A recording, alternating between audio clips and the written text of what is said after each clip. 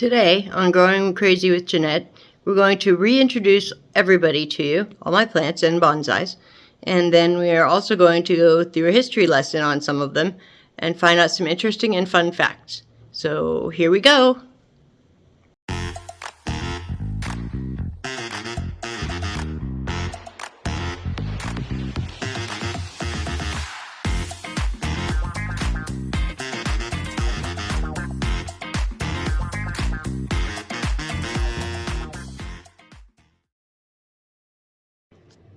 Hello, welcome to Growing Crazy with Jeanette.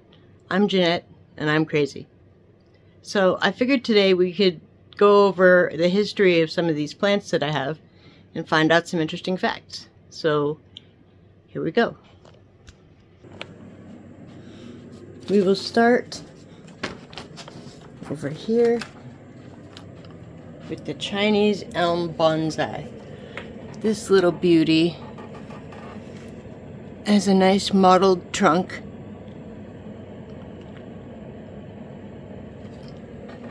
And it's so pretty. They're very adaptable.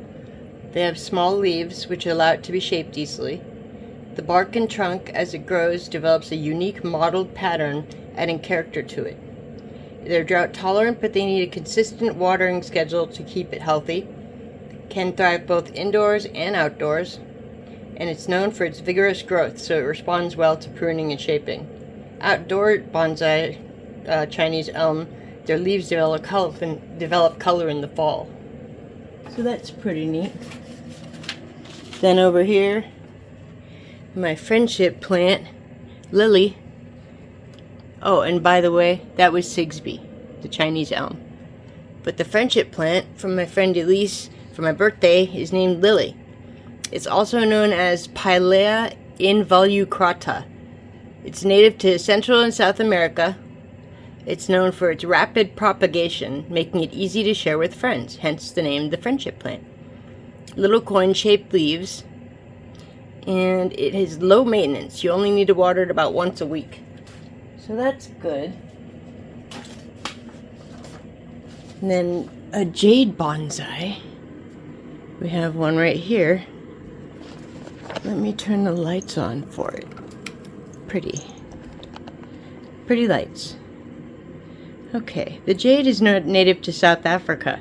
It's a small succulent tree with thick round leaves, drought tolerant, allowing it to survive if the owner forgets to water it. It can reach a height of 1 to 2 feet, but is a slow grower. Mine's about almost 2 feet now. I was lucky. I got this one when it was mature, so it has really good trunk and bark structure, and it's an established plant. In some cultures, jade bonsai is believed to bring good luck, prosperity, and wealth.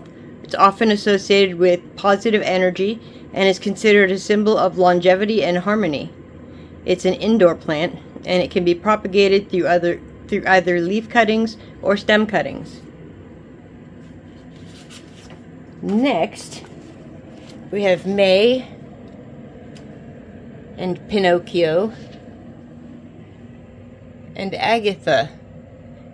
They are going to be pin oaks. Those are acorns in all three of those empty looking containers. So the pin oak belongs to the oak family. Native to North America, it can be found in various places including the central and eastern regions.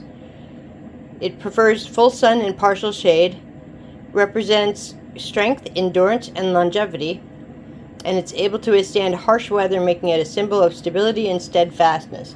And yes, you can make an acorn into a bonsai. They're very cute, actually, if you can get the acorn to grow. So there's a couple of steps in that. You have to soak the acorn first in water and see which ones float, because the ones that float are no good. So you have to throw them away, and then you have to freeze them for 2 months to 3 months, and then you get them out of the freezer, and that's called stratification. And then you plant them, and 4 to 6 weeks later, voila, there we go, pin oaks. So I've got like 2 in here, and I think 1 in there, and I know I have more than 1 in this one.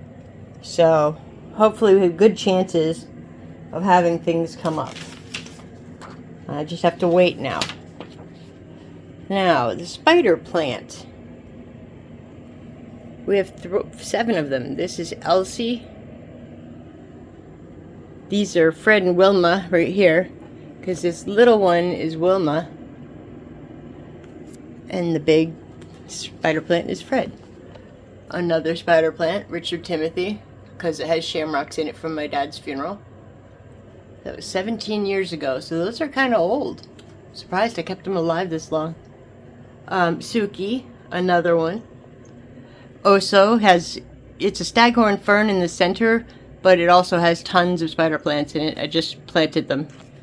Eden, who is a hodgepodge. She has a calico plant right there, and some philodendron right here. And up in here somewhere there's even some ivy. Yep, there it is, ivy. But we're going to talk about the spider plant. Here's another one over here.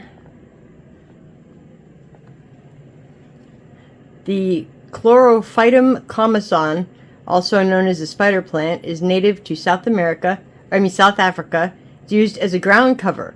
They're an air purifying plant and they remove indoor pollutants. They're easy to grow. They're common in the US as a houseplant. In Africa, they grow as big bushes outdoors and they're everywhere. Associated with good luck and prosperity and are often given as a housewarming gift. They're not toxic to animals and they are used by NASA in an air quality testing session. So that's kind of neat. Next on the history lesson, General So, my juniper bonsai. He's got 2 arms. He's a strange looking bonsai, but I like him. They originated in Japan. The art of bonsai goes back 1,000 years. They are prized for their hardiness and distinctive foliage and ability to withstand harsh conditions. It's related to conifers like the blue spruce. They're found in North America, Europe, Asia, and Africa. They do produce juniper berries sometimes, not usually. Symbolizes strength and longevity, resilience, and it can live for several decades with some last for several generations. The most popular bonsai chosen overall. Yeah, we know. Because everybody thinks of a bonsai and they think of a juniper that's all shaped and looking pretty, but any tree can be a bonsai. The word bonsai actually means small container plant. So that really could be anything. It could be a houseplant, according to the definition. But the Japanese did it with trees and grew them small, and that's how it got started. So there you go. Ariel, my air plant. And look at Persephone looking back and good in the back there, hanging in. Ariel is an air plant. These are known as Tillandsia. They don't require any soil to grow. You just have to mist them from air and rainwaters where they get their moisture. Native to tropical and subtropical regions of the Americas, including parts of Mexico, Central America, and the southern U.S. They are epiphytes, which means they grow on other plants, such as trees or rocks, and don't harm them. They just use them for support. As they've adapted, they have developed special scales called trichomes, which help them absorb moisture from the air. Their root system is designed to anchor them, not to absorb nutrients. There are over 650 varieties of air plant. Wow, that's a lot. The Mayans and Aztec regarded air plants as sacred, incorporating them into rituals and ceremonies, and also were used as medicine and for aesthetics. And it is a succulent. So that's about all the facts I have, but I still have to show you everybody. Here's Agamemnon, my sedum. Back here we have Freddy. He's another type of jade. Down here we have Lena. That is a curly orchid cactus. And Bessie. That is a calico. And don't forget Shenley right here, the Fukian tea. Then in here we've got a jade, a zigzag cactus, sticks on fire, and a rope hoya. So I called the whole thing Sly and the Family Stone. This is Kaya. This is a little jade that I'm trying to root right now. I don't know if it's going to take. It should. Jades are pretty easy to propagate. I think that's everybody. Oh, I didn't show you the burrow's tail. This is Loki. He's doing well. And over here, we have my friend Scotty P. Rest in peace. This is his bonsai, and his sister gave it to me. So this one is named Scotty P. It's a ficus. Looks pretty good. I just cut it way back. It doesn't have a good shape to it yet, but I love the trunk.